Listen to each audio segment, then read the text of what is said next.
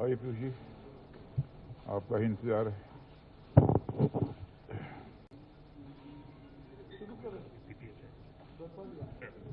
बोलिए सर। नमस्कार। मैं आज की मीडिया ब्रीफिंग में स्वागत करता हूं रक्षा मंत्री श्री राजनाथ सिंह जी का, और इनके साथ मंत्री हैं श्री थावरचंद गहलोत जी, प्रकाश जावड़ेकर जी, पीयूष गोयल जी, मुख्तार अब्बास नकवी जी, प्रहलाद जोशी जी। सर, मैं रिक्वेस्ट करता हूं कि आप मीडिया का ब्रीफिंग शुरू करें। सर मित्रों, मेरी तरफ से आप सभी का स्वागत है। और आज बाइक नहीं चल रही है? चल रही है। आज राज्यसभा में जब कृषि से संबंधित 2 विधेयकों पर चर्चा चल रही थी, उस समय राज्यसभा के अंदर जो कुछ भी हुआ वह जहां दुखद था वही दुर्भाग्यपूर्ण था, और इससे भी आगे जाकर मैं कहना चाहूंगा कि वह अत्यधिक शर्मनाक था। मैं जानता हूं कि संसद की कार्रवाई सुचारू रूप से चलाने के लिए जहां पर सत्ता पक्ष की जिम्मेदारी बनती है, वहीं पर विपक्ष का भी सहयोग अपेक्षित है। विपक्ष की भी संसदीय मर्यादाओं का पालन करते हुए अपनी भूमिका का निर्वाह करना यह अपेक्षित होता है, एक्सपेक्टेड होता है विपक्ष के द्वारा भी। लेकिन आम जनता के अंदर, आम किसानों के अंदर एक गलतफहमी पैदा करके केवल निहित राजनीतिक स्वार्थ को साधने की जो कोशिश की जा रही है, मैं समझता हूं कि स्वस्थ लोकतांत्रिक परंपराओं के यह अनुकूल नहीं है। और यह दोनों विधेयक, मैं कह सकता हूं, किसान और कृषि जगत दोनों के लिए यह ऐतिहासिक हैं। इसे लागू करने से स्वाभाविक रूप से किसानों की आमदनी बढ़ेगी, लेकिन किसानों के बीच गलतफहमी पैदा की जा रही है। एमएसपी समाप्त कर दी जाएगी, एपीएमसी समाप्त कर दी जाएगी। हकीकत यह है कि यह दोनों बिल प्रभावी होने के बाद हमारा किसान अपना माल भारत में जहां भी बेचना चाहता है पूरी आजादी के साथ बेच सकता है, जहां पर भी उसको अच्छी कीमत मिले। न तो एपीएमसी समाप्त हो रही है और न तो एमएसपी समाप्त हो रही है। इसके पहले भी हमारी सरकार ने बराबर एमएसपी बढ़ाया है, और जो यह वादा किया था कि हम किसानों की आमदनी को जस्ट डबल करेंगे, तो उस लक्ष्य को काफी हद तक हमने हासिल करने में भी कामयाबी हासिल की है। लेकिन हम इसे और आगे ले जाना चाहते हैं। लेकिन जैसा मैंने कहा कि डिप्टी चेयरमैन राज्यसभा के, उनके साथ जो दुर्व्यवहार हुआ है, प्रत्यक्ष सारे देश ने अपनी आंखों से उसे देखा है।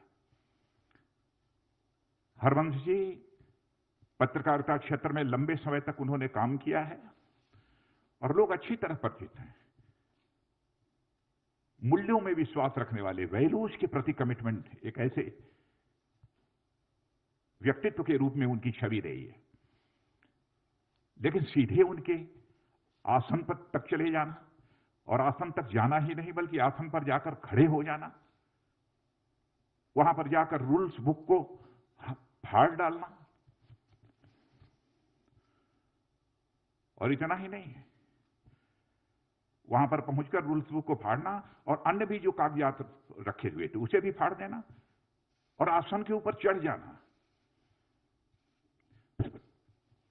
जहां तक मैं जानता हूं, मैं कह सकता हूं कि संसदीय इतिहास में कभी ऐसी घटना न तो लोकसभा में हुई है न राज्यसभा में हुई। और राज्यसभा में होना तो यह और बड़ी बात है। राज्यसभा को हम हाउस ऑफ एल्डर्स कहते हैं। संसदीय परंपराओं में विश्वास रखने वाला कोई भी व्यक्ति निश्चित रूप से इस प्रकार की घटना से आहत होगा। आज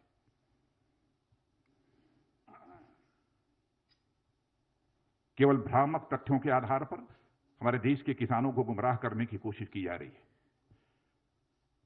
मित्रों, मैं भी किसान हूं, मैं भी कृषि मंत्री हूं।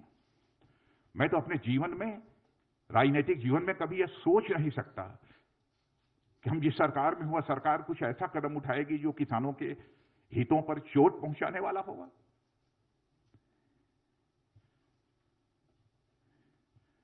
जो कुछ भी हुआ है वह संसदीय गरिमा के अनुरूप नहीं हुआ है।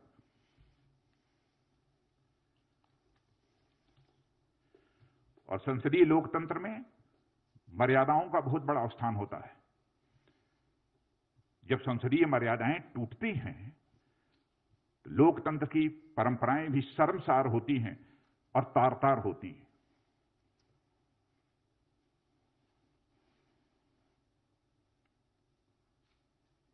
और कुछ सांसदों के द्वारा उपसभापति जी के साथ जैसा आचरण किया गया है उसकी जितनी भी भर्त्सना की जाए वह कम है।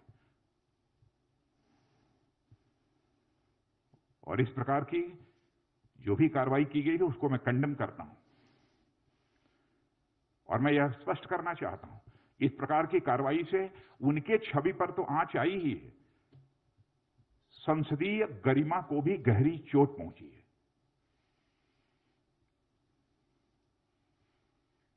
मित्रों, इस अवसर पर मुझे इतना ही कहना था।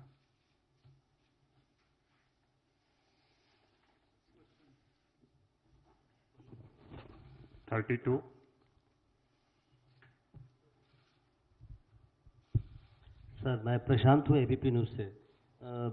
विपक्षी पार्टियों ने उपसभापति के खिलाफ एक नो कॉन्फिडेंस का नोटिस दिया है सर, उस पर क्या कहेंगे आप? और उसका प्रोसीजर क्या है सर? प्रहलाद जोशी सर हैं यहाँ पर, उसका प्रोसीजर क्या होगा सर? नोटिस दिया है, उसके बाद कैसे टेकअप होगा ये? अब ये सब अब चेयरमैन देखेंगे। नोटिस गई है, चेयरमैन को जो इस संबंध में फैसला करना होगा करेंगे। हम राजनीतिक स्तर पर उस संबंध में कुछ नहीं कहना चाहेंगे। यह प्रेरोगेटिव पूरी तरह से चेयरमैन का है। 50 सर, आनंद हूँ इंडिया टीवी से। विपक्ष बार बार ये कह रहा है कि उनकी आवाज को राज्यसभा में दबाया गया है। बार बार वो मत विभाजन मांग रहे थे, लेकिन जो चेयर पे बैठे थे उपसभापति, उन्होंने मत विभाजन नहीं किया। और साथ ही साथ विपक्ष बार बार एक तर्क ये दे रहा है कि जो सरकार अपनी कैबिनेट मंत्री हरसिमरत कौर को नहीं समझा पाई इस बिल के फायदे को, वो किसानों को और बाकी देश को क्या समझाएगी? समझाने का जहां तक सवाल है, समझाने की कोशिश तो सबको हो रही है। और ऐसे लोग जिनके हर व्यक्ति के फैसले लेने के पीछे कुछ राजनीतिक कारण होते हैं। कैसे उन्होंने यह फैसला किया उस संबंध में मैं कोई टिप्पणी नहीं करना चाहता हूं। लेकिन इस प्रकार का आचरण हेल्दी डेमोक्रेसी में यह तो सभी स्वीकार करेंगे ना कि अपेक्षित नहीं है। 60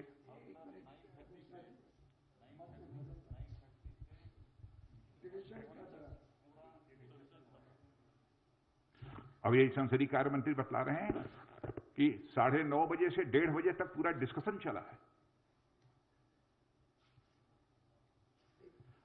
अच्छा, दूसरी चीज, मान लिए उन्हें महसूस हुआ कि उनको इग्नोर किया गया, उनकी बात नहीं सुनी किसी, मान लिया। लेकिन मैं ऐसा मानता नहीं, लेकिन उनके हिसाब से भी हम माने।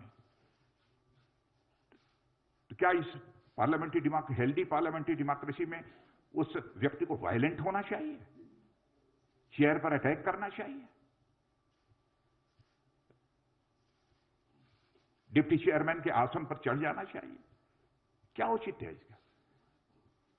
माइक तोड़ देना चाहिए? मित्रों, सचमुच मैं इससे आहत हुआ हूं। नेक्स्ट क्वेश्चन है सर, जो आपने प्रश्न किया डिवीजन का, जिस समय वाइस चेयरमैन साहब जो उनकी अलग अलग अमेंडमेंट्स थे उस पर वो डिवीजन के लिए उन्होंने कहा, उस समय वो सारे लोग जो है वो बेल में थे और वहां हंगामा ही नहीं कर रहे थे, सारे माइक्स तोड़ डाले थे और माइक्स तोड़ करके हाथ में लेकर के, और एक तरह से वायलेंट अप्रोच था उनका। उस समय अगर वो वायलेंट थे तो उसमें अगर वो किसी भी तरह के पार्लियामेंट्री डेकोरम की बात कर रहे हैं तो निश्चित तौर से बिल्कुल गलत है। और बार बार जो है वो वाइस चेयरमैन साहब ने कहा कि आप अगर डिवीजन चाहते हैं तो आपको अपनी सीट पर जाना ही चाहिए, लेकिन कोई नहीं गया, बल्कि जैसा कि आदरणीय राजनाथ जी ने कहा कि वो तो हमारे जो राज्यसभा के स्टाफ के लोग थे उनकी मेज पर थे, एक दूसरे की कंधों पर जो है वो नारेबाजी कर रहे थे। Second last question, 60. Rajnath ji, मेरा सवाल, मैं मनीष कुमार हूँ, न्यूज़ 24 न्यूज़ चैनल से। एमएसपी को लेकर जो लगातार एक बात कही जा रही है कि एमएसपी खत्म हो जाएगा, इस पे आप क्या स्पष्टीकरण देंगे? क्योंकि आज पंजाब से लेकर हरियाणा में कई जगह ट्रैक्टर जलाई गई, किसान जो है वो सड़कों पे उतरे हुए थे, उस दौरान ही ये बिल भी पास हो गया संसद से। मित्रों, मैं दो टूक शब्दों में तहे दिल मैं देश के किसान भाइयों को संदेश देना चाहता हूं, किसी भी सूरत में एमएसपी खत्म नहीं होगी। इतना ही नहीं, एपीएमसी जो है उसकी व्यवस्था भी किसी भी सूरत में खत्म नहीं होगी। यह मैं पूरी तरह से देश के किसानों को आश्वस्त करना चाहता हूं, अपने किसान भाइयों को। मैं भी किसान हूं। Last question, 13. So, Polemy from India Today. My question is about MSP itself.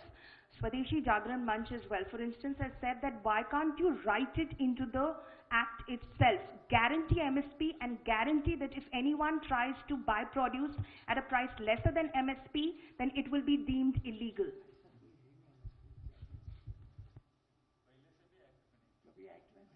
ऐसा प्रोविजन कभी एक्ट में रहा भी नहीं है, इसके पहले भी। Thank you very much, sir. Friends, thank you very much. MSP is not a part of any law. It's an administrative order.